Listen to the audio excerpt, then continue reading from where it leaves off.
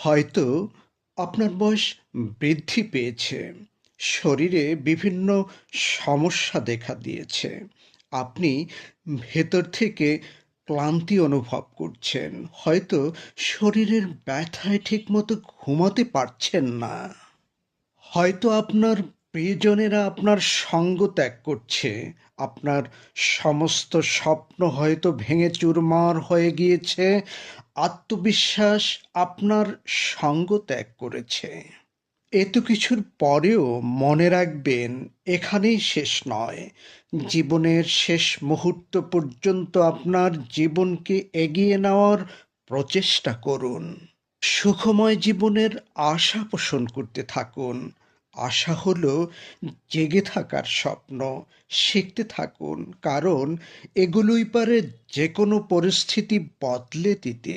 এর সাহায্যেই আপনি লাভবান হতে পারবেন। সুখময় জীবনের আকাঙ্ক্ষায় আপনার জীবনকে এগিয়ে নেওয়ার প্রচেষ্টার সময় আপনার মন কখনোই ক্লান্তি অনুভব করবে না, এবং এর জন্য আপনার কোনোদিন অনুতাপ হবে না। বয়স বাড়ে, শক্তি কমে, কিন্তু চেষ্টা থেমে গেলে তবেই জীবন সত্যি হার মানে।